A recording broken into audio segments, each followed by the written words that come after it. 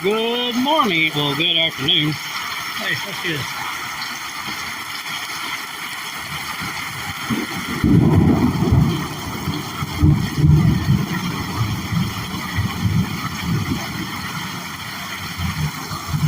Today's the third day in a row we've got crap cut of rain, and it's supposed to continue. I believe even more this week.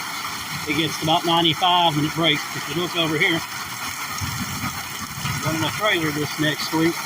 I got it from the guy that that works with me. We're going to be pulling it. We need every more we got to need every more we got to get this stuff done as quick and fast in a hurry. I might end up going back that direction. I'm thinking about going back to using regular riding more storage tractors. I've gotten away from doing small yards like we used to. We're doing medium size and up now. It's just to see how this works out.